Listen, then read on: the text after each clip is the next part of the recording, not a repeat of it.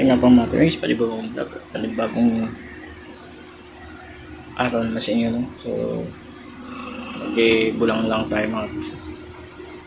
Sabaw muna tayo, medyo tayo na nakakain ng mga gulay, puro baboy na lang, no? So, yun. Luto tayo ng gulay, saluyot, lugbati, so, saluyot, tsaka okra.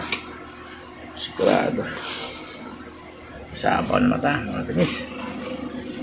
Mga sariwang gulay ang bili natin, bagong pitas talaga ito mga guys, ha? So okra natin, mga bagong-bago ito mga guys. Galing ng pitas yan, matagok-tagok pa. So lugbati natin, galing pitas din to.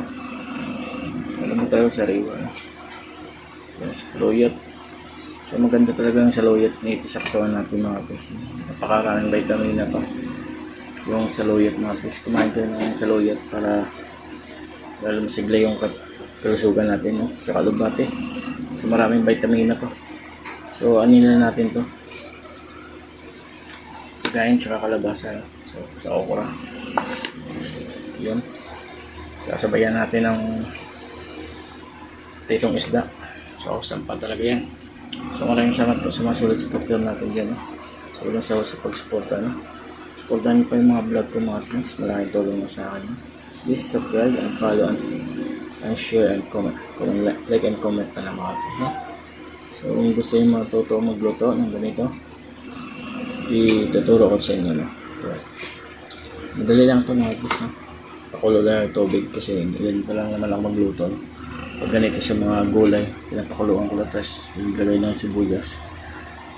Pagka-kulo na, ilagay na natin to, sabay-sabay na. Siyempre, ilagyan din natin ng pritong isda para lalo lumasa, no? So simulan natin to. Ano tayo patumpik-tumpik pa, gutom na skatings, no? Kailangan natin manigop ng sabaw. Masarap na talagang sabaw nito mamaya mga guys.